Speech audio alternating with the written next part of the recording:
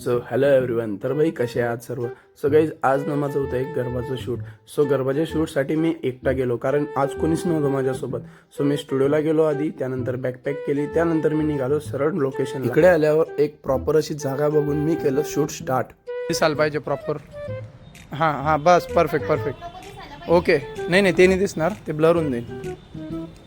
So माझं एकदम सुंदर असं शूट झालं आहे. ओके, सो शूट झाल्यानंतर मी निघालो मस्तपैकी स्टुडिओकडे. स्टुडिओला गेल्यावर बघितलं तर रोहित आणि दिनेश ऑलरेडी आलेले होते आणि ओम त्याचा गेम खेळत होता. तर भाई सर्वांना आता भूक लागलेली आहे, सर्वांचे पोट गुडगुड करत आहे. एकाचा पण डबा आलेला नाही आहे, तर सर्व विचार करताय काहीतरी आता बाहेर खायला जायचं. तर काय खायचं ते पाहू. आमच्याकडे एकच ऑप्शन असतं, बिर्याणी.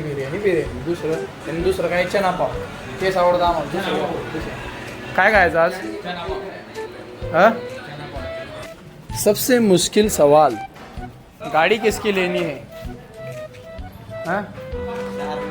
4 लोग हैं, 2 गाड़ी लगेगी, किसकी लेनी है? सो भाई फायनली आमचा चना पाव आला आमच्या समोर आणि खूप खतरनाक भूक लागलेली होती आणि बऱ्याचशा दिवसापासून आहे ना चना पाव खाल्लं नव्हतं. आहा, काय ती चण्याची भाजी मस्त वेगळी, त्याच्यात तो मसाला, तर निंबू वरतून, भाई तोंडाला पाणीच येऊन जातं डायरेक्ट. बायको घरी नसल्याचं नुकसान पण फायदा आहे. नुकसान आहे की बाहेरून खावं लागतं. साप आत्मा तर तृप्त होऊन गेली, पण तिखट खतरनाक होती बाई भाजी. सो त्यासाठी आम्ही घेतली मस्तपैकी कुल्फी आणि आलो स्टुडिओला. सर्वांनी बघा मस्तपैकी कुल्फ्या खाल्ल्या. तिकडे तोंड करून एकटी कुल्फी खात होता. त्याला वाटत होतं की कोणी आपली कुल्फी खाऊन घेईन का. स्टुडिओला एक क्लायंट आलेले होते, त्यांना आहे ना त्यांच्या क्यूटशा अशा बेबीसोबत मस्तपैकी शूट करायचं होतं. तर आम्ही मस्तपैकी ते शूट केलं. खूप छान असे फोटो आले. बराच वेळ काम करून झाल्यानंतर कळालं की डायरेक्ट 10 वाजून गेले रात्रीचे.